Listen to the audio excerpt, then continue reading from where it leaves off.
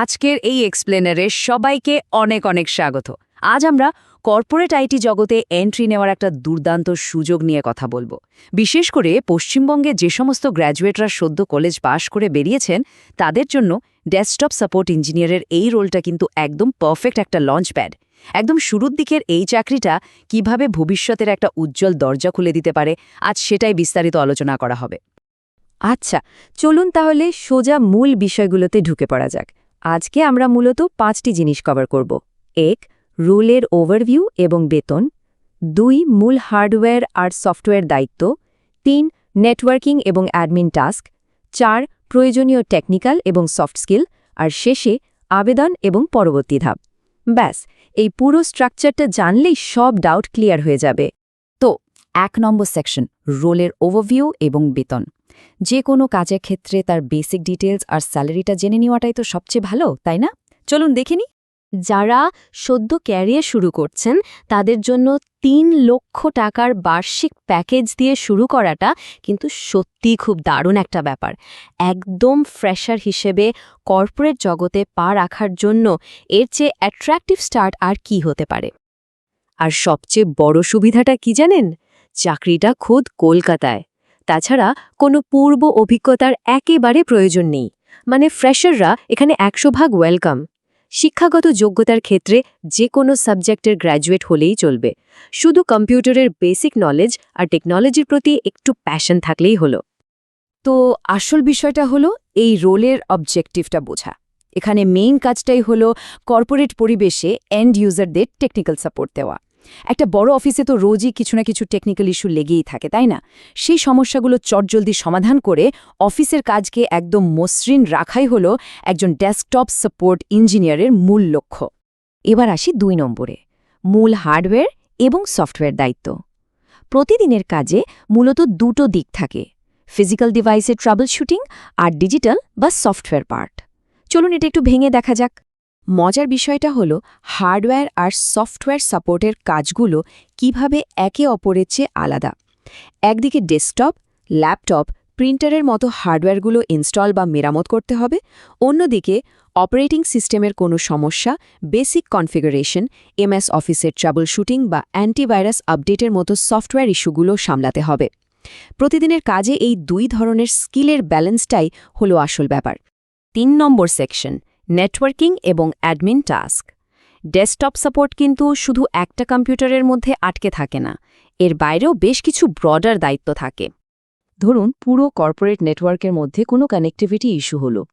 এখন নেটওয়ার্ক না থাকলে তো পুরো অফিসের কাজই লাটে উঠবে, তাই না? সুতরাং এই বেসিক নেটওয়ার্ক কানেকশনগুলো ঠিকঠাক রাখাও রোজকার কাজের একটা খুব ভাইটাল অংশ।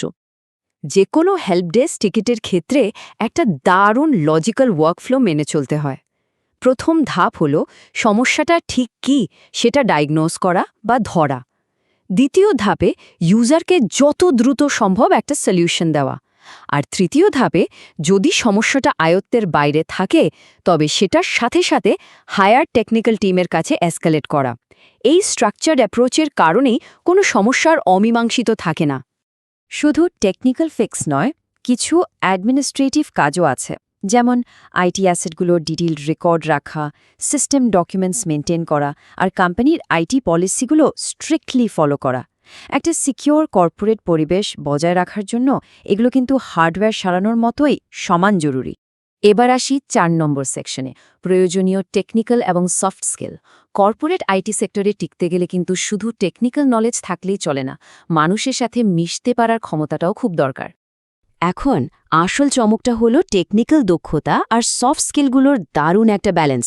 একদিকে যেমন উইন্ডোজ ওএস, নেটওয়ার্কিং বা ডিবাগিংয়ের মতো হার্ড স্কিলগুলো লাগছে, ঠিক তেমনি সেগুলো সঠিকভাবে কাজে লাগানোর জন্য স্ট্রং কমিউনিকেশন, কাস্টমার ফোকাস আর টিম ওয়ার্কের মতো সফট স্কিলগুলো কিন্তু সমানভাবে জরুরি।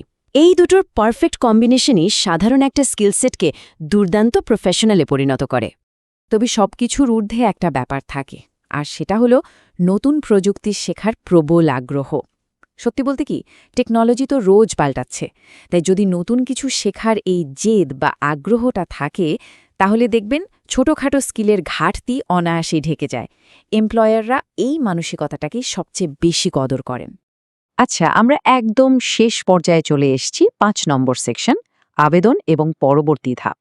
যারা এই ফিল্ডে ঝাঁপিয়ে পড়তে চাইছেন তাদের নেক্সট স্টেপ কি হবে? দেখুন, এটা শুধু একটা চাকরি নয়, এটা হলো আইটি সাপোর্টে একদম হাতে কলমে রিয়েল লাইফ এক্সপিরিয়েন্স পাওয়ার একটা সুযোগ। যারা টেকনোলজি সেক্টরে একটা লং টার্ম ক্যারিয়ার গড়ার কথা ভাবছেন, তাদের জন্য এটা কিন্তু একটা রক সলিড ফাউন্ডেশন তৈরি করে দেবে। চলুন দেখে নিই কিভাবে এই পুরো বিষয়টা কাজ করে আর আবেদন করার সুনির্দিষ্ট ধাপগুলো কি।